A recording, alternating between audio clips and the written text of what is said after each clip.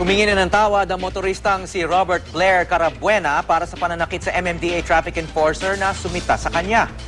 May news to go si Steve Dailisan live. Steve. Howie, dumating nga sa tanggapan ng MMDA itong si Robert Blair Carabuena mag-aalas 8 kaninang umaga. At si Carabuena yung motoristang nakuna ng video, Howie, na nanampal umano kay MMDA Traffic Constable Saturnino Fabros kamakailan sa isang bahagi ng Tandang Sora, Quezon City. Isang prepared statement yung binasa niya sa harap mismo ni MMDA Chairman Attorney Francis Tolentino at mula nga sa kanyang pahayag ay humingi siya ng paumanhin sa nagawa niya kay Fabros.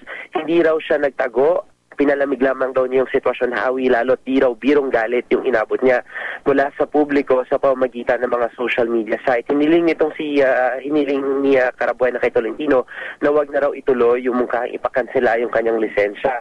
Handa raw siyang harapin yung reklamo sa korte. Tumagal lamang, Howie, ng ilang minuto itong si Carabuena rito sa MMDA at dali-dali na ring umalis para magtungo nga sa Quezon City Prosecutor's Office. Tumanggi na siyang sagutin yung dagang katanungan ng media. Ayon kay Chairman Tolentino, kahit pa humingi ng paumanhin itong si Carabuena, ay hindi raw nangangahulugang iuurong na nila yung demanda. Suportado raw nila si Fabros sa legal na aspeto at tuloy din daw, Howie, yung proseso ng LTO at PNP sa kanselasyon naman ng kanyang lisensya sa pagmamaneho. At sa mga sandaling ito ay nakaalis na itong si Fabros or si Carabuena sa Quezon City Prosecutor's Office at may nakuha ng impormasyon.